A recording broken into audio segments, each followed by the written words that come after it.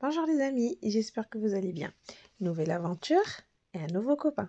C'est Frédéric le moustique. Alors c'est parti. Dans le jardin des drôles de petites bêtes vivait un bien étrange docteur. Les piqûres étaient le seul remède qu'il connaissait pour soigner ses patients. Entre nous, je ne pense pas que vous aimeriez être soigné de cette façon.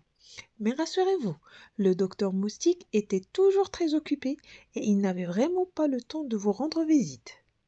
Le fils du docteur Moustique s'appelait Frédéric. Bien qu'il n'en éprouve pas le désir, son père voulait qu'il soit docteur. Pour cela, il devait étudier des livres où l'on apprenait sans doute l'art de faire des piqûres. Ces livres étaient tellement épais, avaient si peu d'images qu'il lui fallait beaucoup de courage pour les ouvrir. Et chaque fois que Frédéric pleurait ou protestait, son père piquait une colère qui se terminait en général par Va dans ta chambre et n'en sors que lorsque tu auras changé la vie. Alors Frédéric s'enfermait dans sa chambre en se promettant que jamais il ne sera docteur. Jusqu'au soir où quelqu'un frappa à la porte du docteur Moustique. C'était Carole, la luciole. La pauvre n'avait pas l'air très brillante. D'ailleurs, elle ne brillait pas du tout. Frédéric la fit entrer et lui demanda d'attendre le retour de son père.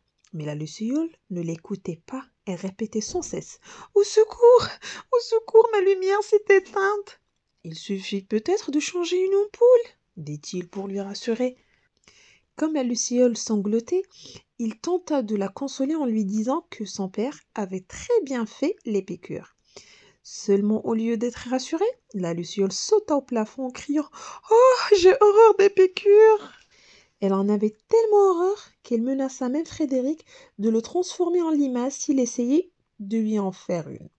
À cet instant, le docteur Moustique rentra et dit en voyant Carole Allons, qu'est-ce que j'entends? On apporte d'une petite piqûre de rien du tout. Et sans que Frédéric puisse le retenir, elle se mit en position de piquer. Soudain, il n'y a eu plus de docteur Moustique, mais un limaçon qui se tortilla en criant À moi, à moi. Ce n'est pas ma faute, j'ai horreur des piqûres, dit la luciole, en sanglotant toujours dans son coin. Frédéric devait absolument faire quelque chose s'il ne voulait pas ressembler à un vermisseau. C'est pourquoi il s'enferma dans la cuisine. Ce qu'il y fabriqua est un secret. Pour répondre un peu à votre curiosité, je peux quand même vous dire qu'il s'agissait d'un sirop. J'ajouterai aussi que ça sentait très bon le chewing-gum, à la menthe, le chocolat noisette et la sucette à la fraise.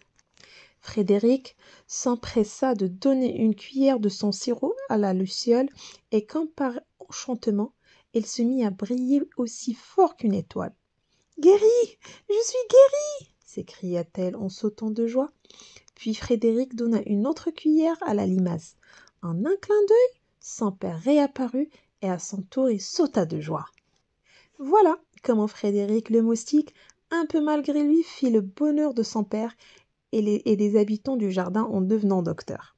Vous imaginez un docteur qui ne faisait pas de piqûres et qui soignait pas ses patients en leur donnant du sirop.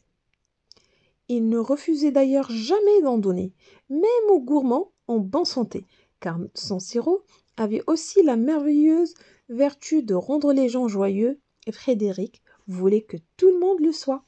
C'était la fin de notre histoire pour aujourd'hui.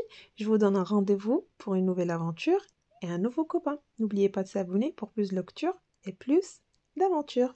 Ciao ciao!